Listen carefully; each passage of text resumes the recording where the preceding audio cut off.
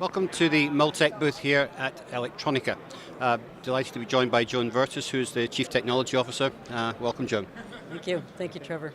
So, tell us first of all a little bit about Multek. You're a division of Flex, which of course is a very well-known global brand, but you do some fairly high-rel bare boards. Tell us a little bit about the portfolio. The technology portfolio we have. So Multek is a wholly owned subsidiary of Flex. And so we basically do a lot of new technology with Flex, but also with their competitors, which is really nice to be a wholly owned subsidiary.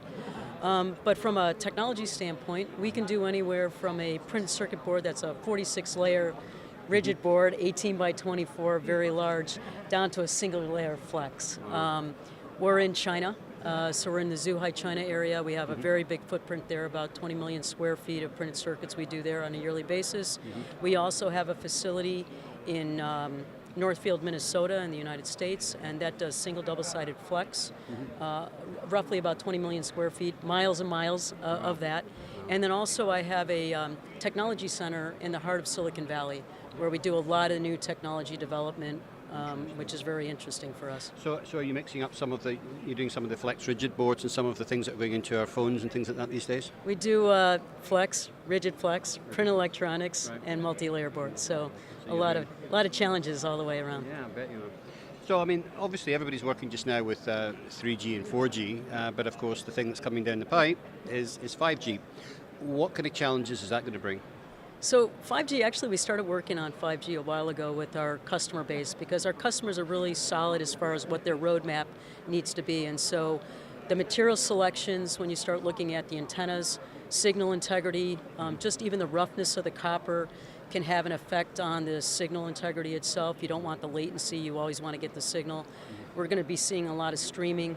And then when you start looking at things like autonomous driving where you have to have connectivity very close, that last mile, the antenna solutions around that, and then also the frequency ranges that are going to be used. It's not just, the small frequency ranges. They're going up very high, and we see multi-band frequencies within an entire printed circuit, so we have to do things like hybrid systems. We also have to consider thermal management because you're moving a lot of electrons now through the copper, and so we have to do a lot of things there with the thermal management also. I think they're going to be also adding more security to these systems too. Security is going to be very key, very, very key.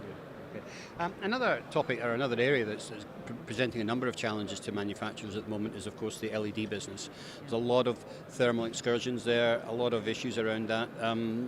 What is Multek doing to sort of help with that? So on the LED side of the business, if you look at LEDs and where LEDs used to be, LEDs used to be where they were very, very warm. I mean, and you had to pull out that heat. And now the manufacturers, the LEDs, have gotten really kind of honed in, and we don't have as much as the heat issues as we used to have, but they still exist. And so what we've done is we've developed some technology. It's called our Q Prime technology out of our Sheldall facility, which is it's our technology brand out of Northfield, Minnesota.